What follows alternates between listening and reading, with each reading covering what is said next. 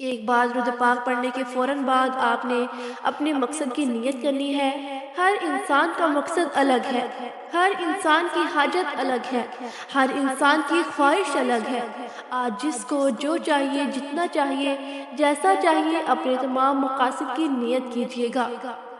دوستو، من پسند نوکری کے لیے، قرض سے نجات کے لیے پڑھ لو۔ الغرض جو بھی آپ کا مقصد ہے، اپنے مقصد کی نیت کرتے ساتھ ہی فوری طور پر آپ نے ایک بار اعوذ باللہ من الشیطان الرجیم اور ایک بار بسم اللہ الرحمن الرحیم پڑھ کر وظیفے کا آغاز کرنا ہے۔ اور سب سے پہلے نمبر پر جو وظیفہ آپ نے پڑھنا ہے وہ وظیفہ سورۃ کوثر کا وظیفہ ہے۔ دوستو، سورۃ کوثر کی تلاوت سماعت فرما لیں۔ بسم اللہ الرحمن الرحیم، انا اعطیناک الکوثر فصل لربک وانحر ان شانئک هو الابتر۔ سورۃ کوثر آپ نے صرف ایک بار پڑھنی ہے۔ ایک مرتبہ پڑھنے کے فوراً بعد جو وظیفہ اس عمل میں آسان سا چھوٹا سا وظیفہ آپ کو شامل کرنا ہے، یہ وظیفہ اللہ الصمد کا وظیفہ ہے۔ اپنے ہاتھوں میں چاہو تو ایک تسبیح پکڑ لیں، اگر آپ کے پاس تسبیح موجود نہ ہو تو سیدھے ہاتھ پہ پڑھ لینا، زبانی کاؤنٹ کر لینا، جیسے آپ کو بہتر لگے ویسے آپ لوگ پڑھتے رہنا۔ دوستو، اللہ الصمد کا وظیفہ آپ لوگ اپنے انداز سے پڑھیے گا۔ کیسے پڑھنا ہے، کتنی بار پڑھنا ہے، توجہ کیجیے۔ اللہ الصمد ایک بار ہو گیا، اللہ الصمد دو بار ہو گیا، اللہ الصمد تین بار ہو گیا۔ اس طرح سے آپ اللہ الصمد کو ہاتھ کی انگلیوں پر پڑھ لیں یا تسبیح کے دانوں پر پڑھ لیں۔ آپ نے صرف 11 مرتبہ پڑھنا ہے اور پورا عمل شروع سے لے کر اینڈ تک جو آپ کو پڑھنا ہے، ایک ہی وقت میں ایک ہی جگہ پر بیٹھ کر ایک ساتھ آپ کو پورا عمل پڑھنا ہے۔ جب 11 مرتبہ اللہ الصمد کا وظیفہ آپ لوگ پڑھ لیں تو اس کے بعد آپ کو اس عمل میں ایک اور وظیفہ شامل کرنا ہے۔ یہ وظیفہ بھی بالکل مختصر سا وظیفہ ہے اور بالکل آسان وظیفہ ہے۔ کوئی ایک وظیفہ بھی اس پورے عمل میں ایسا نہیں کہ سننے یا پڑھنے والا یہ کہے کہ میں نہ پڑھ سکوں گا۔ اتنا آسان عمل ہے، اتنا مجرب عمل ہے کہ شاید آپ نے اس سے زیادہ پاورفل وظیفہ بھی اپنی زندگی میں نہ کیا ہو، اور اس سے زیادہ آپ نے آسان وظیفہ بھی اپنی زندگی میں نہ کیا ہو۔ یہ وظیفہ، یہ پورا عمل جب آپ لوگ مکمل سن لیں گے، پڑھیں گے تو کہیں گے کہ یہ تو بڑا آسان سا عمل ہے۔ آپ نے اللہ الصمد پڑھ لیا 11 مرتبہ، اب آپ کو آگے کیا پڑھنا ہے؟ اب جو وظیفہ آپ کو اس عمل میں شامل کرنا ہے، ایک چھوٹا سا آسان سا وظیفہ اس عمل میں شامل کرنا ہے۔ اپنے ہاتھوں میں ایک تسبیح پکڑ لیں، تسبیح نہ ہو تو سیدھے ہاتھ کی انگلیوں پر پڑھ لیں، زبانی کاؤنٹ کر لیں۔ یہ وظیفہ یا غنیوں کا وظیفہ ہے۔ یا غنیوں آپ لوگ اپنے انداز میں پڑھیے گا۔ یا غنیوں ایک بار ہو گیا، یا غنیوں دو بار ہو گیا، یا غنیوں تین بار ہو گیا۔ یہ وظیفہ یا غنیوں کا آپ نے 11 مرتبہ پڑھنا ہے۔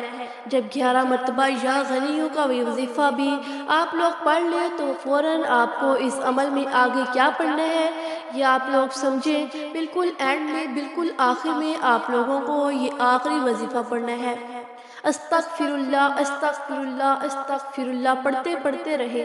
استغفر اللہ آپ لوگ اپنے انداز سے پڑھیے گا۔ استغفر اللہ ایک بار ہو گیا، استغفر اللہ دو بار ہو گیا، استغفر اللہ تین بار ہو گیا۔ اس طرح سے آپ استغفر اللہ کو ہاتھ کی انگلیوں پر پڑھ لیں یا تسبیح کے دانوں پر پڑھ لیں۔ آپ نے صرف اور صرف 21 بار پڑھنا ہے۔ اب سارے عمل کی ترتیب کچھ اس طرح سے ہوگی۔ سب سے پہلے آپ نے ایک مرتبہ کوئی سا بھی درود پاک پڑھ لیا، پھر آپ نے اعوذ باللہ پڑھی، پھر بسم اللہ پڑھ کر پہلے نمبر پر آپ نے ایک بار سورۃ کوثر پڑھ لی، تو فوراً آپ نے دوسرے نمبر پر 11 مرتبہ اللہ الصمد کا وظیفہ پڑھا۔ اس کے بعد تیسرے نمبر پر یا غنیوں کا وظیفہ بھی آپ نے پڑھ لیا۔ اس کے بعد چوتھے نمبر پر آپ نے 21 بار استغفر اللہ پڑھنا ہے۔ کوئی بھی وظیفہ آپ کو اپنی طرف سے نہ ہی ایک کم پڑھنا ہے، نہ ہی ایک زیادہ پڑھنا ہے۔ تعداد میں کمی پیشی کریں گے تو کچھ حاصل نہ ہوگا۔ جو وظیفہ جس ترتیب سے، جس طریقے سے، جس تعداد میں بتا رہی ہوں، براہ کرم اسی طریقے سے آپ کو پڑھنا ہے۔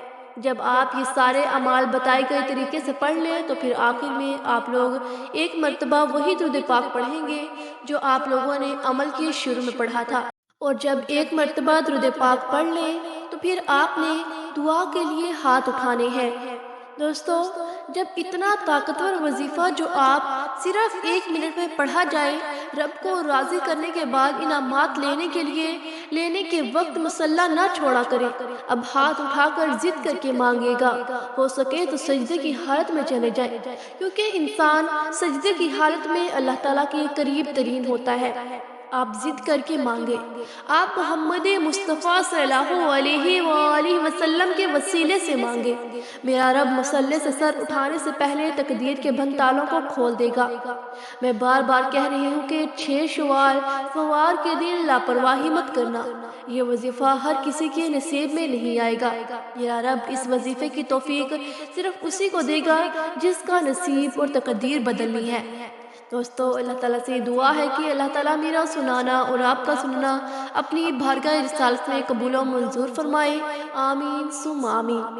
دوستو، اپنے رزق میں برکت اور وسعت کے لیے اللہ تعالیٰ کے 99 ناموں میں سے کوئی ایک نام کمنٹ سیکشن میں ضرور ٹائپ کیجیے گا۔ اللہ تعالیٰ ہم سب کا حامی و ناصر ہو۔ جزاک اللہ خیرہ۔